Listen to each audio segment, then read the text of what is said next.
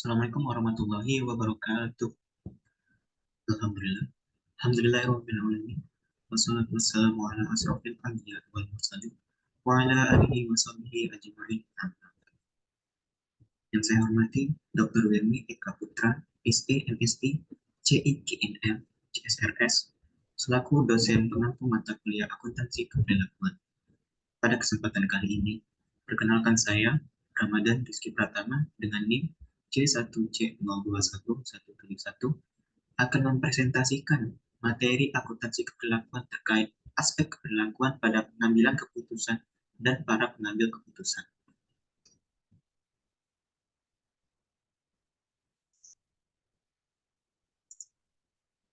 Subjudul dari materi ini terdiri dari proses pengambilan keputusan, pengambilan keputusan organisasi, pengambilan keputusan oleh pendatang baru versus pakar, peran kepribadian dan gaya kognitif dalam pengambilan keputusan, dan terakhir, peran informasi akuntansi dalam pengambilan keputusan.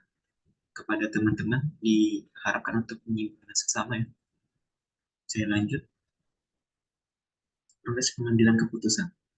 Proses pengambilan keputusan ini berdasarkan definisinya yaitu sebagai proses memikirkan, mengelola, dan memecahkan masalah. Dalam organisasi, pengambilan keputusan merupakan proses memilih di antara berbagai alternatif tindakan yang akan berdampak di masa depan. Pengambilan keputusan telah disamakan dengan proses berpikir, mengelola, dan memecahkan masalah. Dalam pengaturan organisasi, pengambilan keputusan biasanya didefinisikan sebagai proses memilih di antara program alternatif tindakan yang mempengaruhi masa depan. Berikut ini langkah-langkah dalam pengambilan keputusan yang terdiri dari pengenalan dan pendefinisian atas suatu masalah atau peluang. Yang kedua, pencarian atas tindakan alternatif dan kuantitatif atas konsekuensinya. Yang ketiga, pemilihan alternatif yang optimal atau memuaskan. Yang keempat, penerapan dan tindak lanjut. Kita lanjut. Motif kesadaran.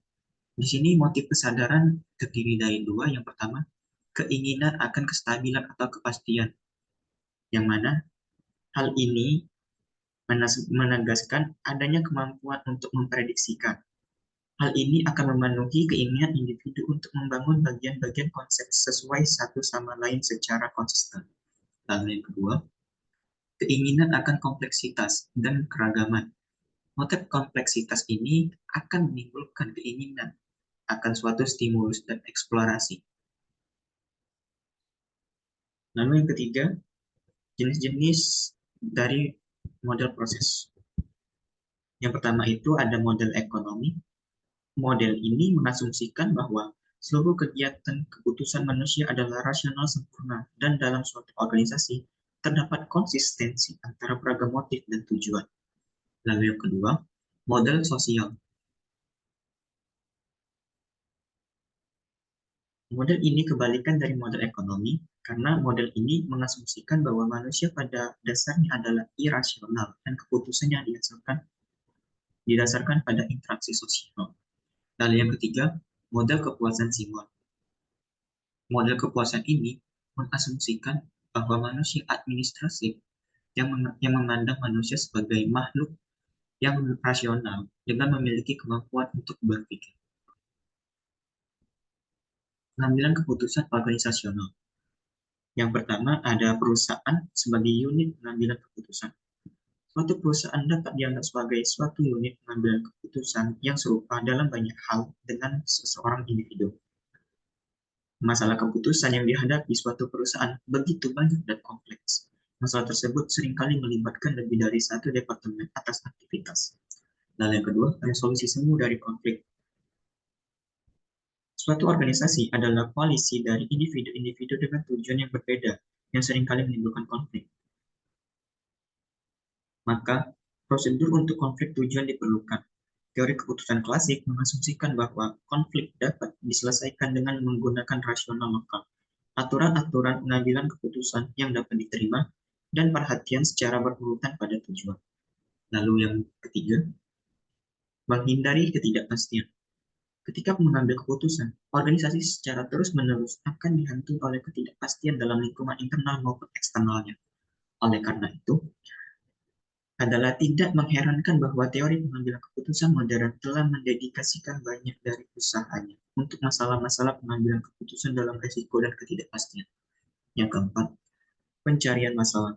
Pencarian organisasional mempunyai beberapa karakteristik. Yang pertama itu, pencarian tersebut dimotivasi oleh adanya suatu masalah atau peluang dan tidak akan berhenti sampai masalah itu terpecahkan. Lalu yang kedua, pencarian tersebut bersifat sederhana karena pada awalnya hanya berkonsentrasi pada lingkungan dan dari gejala-gejala masalah. Lalu yang ketiga, setiap pencarian bersifat bias. Bias itu mungkin merupakan hasil dari pelatihan atau pengalaman khusus dari si pengambil keputusan di bidang tertentu dari organisasi. Lalu kita lanjut yang kelima, pembelajaran organisasi. Walaupun organisasi tidak mengalami proses pembelajaran seperti yang dialami oleh individu, organisasi memperlihatkan perilaku adaptif dari karyawannya. Ketika pendekatan pencarian tertentu menemukan solusi yang layak untuk suatu masalah, organisasi kemungkinan benar akan mengulangi pendekatan yang sama dalam memecahkan masalah yang serupa di masa depan. Lalu yang keenam, manusia, para pengambil keputusan organisasional. Hal ini penting untuk diingat bahwa manusia dan bukan organisasi yang mengenali dan mendefinisikan masalah atau peluang dan yang mencari tindakan alternatif. Manusialah yang memilih kriteria pengambilan keputusan, memilih alternatif optimal, lalu menerapkannya tersebut. Lalu yang ketujuh, kekuatan dan kelemahan individu sebagai pengambil keputusan. Di sini terdapat batasan pengambilan keputusan secara rasional dari individu, terdiri dari lingkupnya, gaya kognitif mereka, struktural nilai mereka, tendensi mereka yang lebih cenderung untuk memuaskan daripada untuk melakukan optimalisasi. Lalu yang kedelapan, peran kelompok sebagai pembuat keputusan dan pemecah masalah. Dalam situasi pengambilan keputusan, komite semacam itu menawarkan keunggulan dari keragaman dalam pengalaman, pengetahuan, dan keahlian serta luasnya ide dan dukungan yang menguntungkan pembagian pengetahuan. Ide dan keahlian dapat menghasilkan dialog yang lebih baik, pemahaman akan masalah, dan tindakan alternatif yang lebih kreatif meskipun terdapat fakta bahwa komite lebih banyak mengalami konflik dan lebih lamban dibandingkan dengan individu. Pengambilan keputusan organisasi selanjutnya yaitu fenomena pemikiran kelompok. Pemikiran kelompok menggambarkan situasi di mana tekanan untuk mematuhi mencegah anggota-anggota kelompok individual untuk mempresentasikan ide atau yang tidak populer. Hal ini mencegah kelompok tersebut sehingga tidak dapat dengan objektif menilai pandangan yang tidak biasa atau pandangan minoritas. Lalu yang ke-10, fenomena pergeseran yang berisiko. Merupakan produk sampingan dari interaksi manusia. Hal ini dicirikan oleh kelompok yang lebih memilih alternatif yang lebih agresif dan berisiko dibandingkan dengan apa yang dilakukan oleh individu-individu jika mereka bertindak sendiri. Lalu yang ke-11, kesatuan kelompok.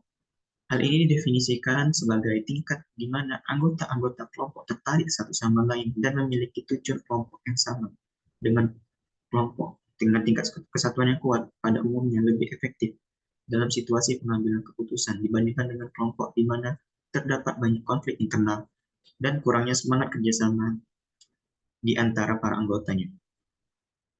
Lalu ke-12, pengambilan keputusan dengan konsensus versus aturan mayoritas.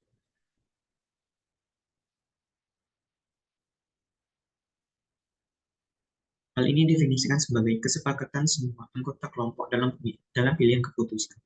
Dalam kebanyakan situasi, konsensus hanya bisa dicapai setelah pertimbangan yang matang serta evaluasi yang kritis atas plus minusnya.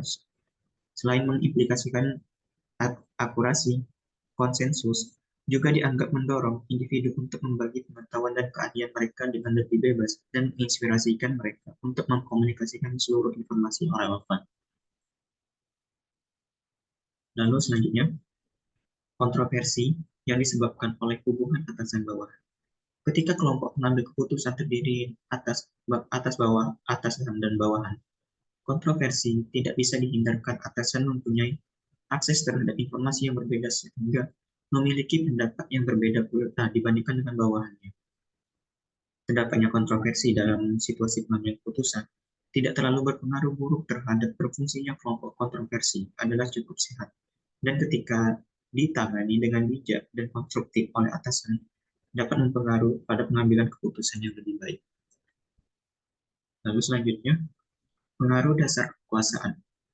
Dalam situasi pengambilan keputusan, seseorang mampu mempengaruhi hasil keputusan karena wewenang atau kekuasaan yang diberikan oleh organisasi. Elemen kekuasaan yang paling sering disebutkan adalah kekuasaan posisi, kekuasaan kalian, kekuasaan sumber daya, atau kekuasaan politik.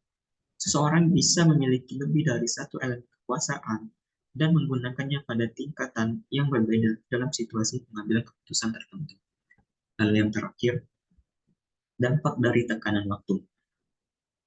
Tekanan waktu menyebabkan para anggota kelompok menjadi lebih setuju guna mencapai konsensus kelompok, lebih kurang menuntut, dan lebih bersifat mendamaikan dalam situasi tawar-menawar, lebih membatasi partisipasi dalam proses pengambilan keputusan hanya pada relatif sedikit anggota, dan lebih menyukai aturan mayoritas. Tekanan waktu juga mendorong perilaku pengambilan keputusan yang autokratis, kelompok yang mencoba untuk menentukan pendapat-pendapat yang berlawanan. Pengambilan keputusan oleh pendatang baru versus oleh pakar. Yang pertama itu pengujian informasi.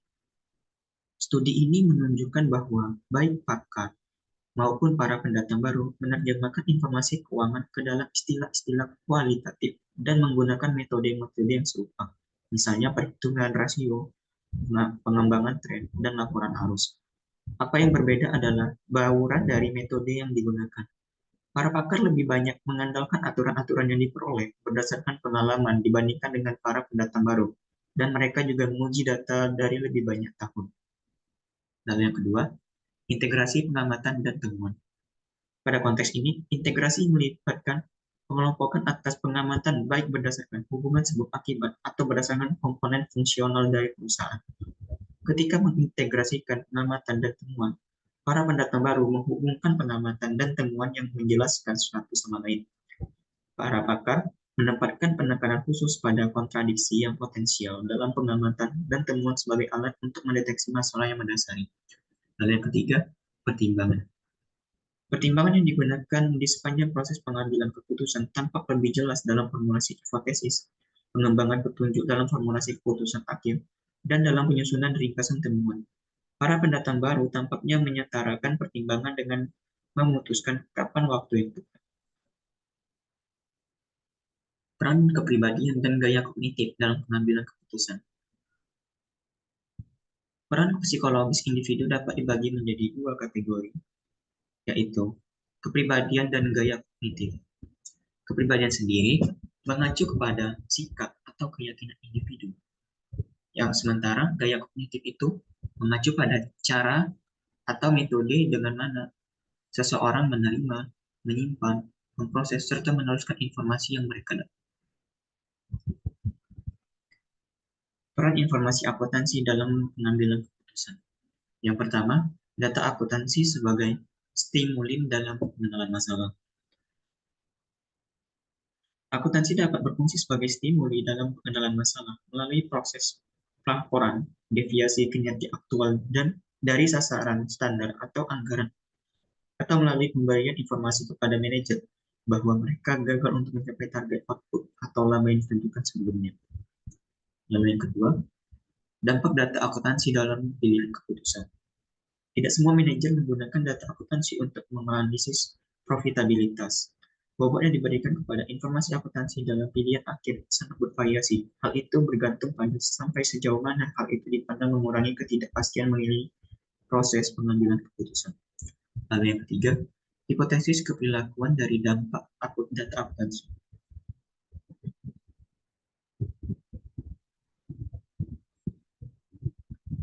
Selama lebih dari 2 dekade, para peneliti telah membuat hipotesis mengenai kondisi dalam mana informasi akuntansi mempengaruhi pengambilan keputusan. Seperti yang dinyatakan sebelumnya, informasi akuntansi adalah salah satu input dalam model pengambilan keputusan. Input tersebut dapat bersifat keuangan, non-keuangan, atau bahkan tidak dapat dikuantifikasi. Adalah bergantung pada pengambilan keputusan untuk memutuskan apakah input tertentu adalah relevan atau tidak. Hanya jika mengambil keputusan memandang informasi akuntansi sebagai informasi yang relevan untuk jenis keputusan yang akan diambil, maka informasi tersebut akan mempengaruhi hasil keputusan. Lalu yang keempat itu umpan balik.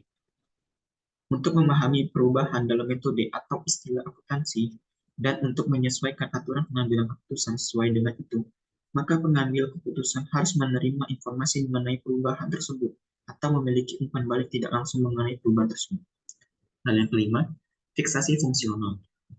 Ketika mereka menerima suatu istilah atau pendekatan pengukuran akuntansi sebagai alat untuk mengelola proses pengambilan keputusan, maka perilaku mereka jarang sekali akan dipengaruhi oleh perubahan dalam metode atau terminologi akuntansi yang digunakan. Jadi, kesimpulan dari materi ini yaitu, secara tradisional, sistem biaya belum menyentuh aspek-aspek keperilakuan, sehingga menghasilkan suatu reaksi yang kurang diharapkan, manakala sistem biaya tersebut digunakan dalam pengendalian dan evaluasi kinerja. Walaupun berpotensi untuk meningkatkan motivasi kerja, sistem biaya tradisional juga berpotensi menaikkan kemungkinan perilaku disfungsional dari orang-orang dan memiliki kecenderungan yang memaksa. Melalui pendekatan-pendekatan keperilakuan, penggunaan sistem biaya langsung akan dapat meminimalkan atau menghilangkan reaksi-reaksi disfungsional dari pihak-pihak yang terkait.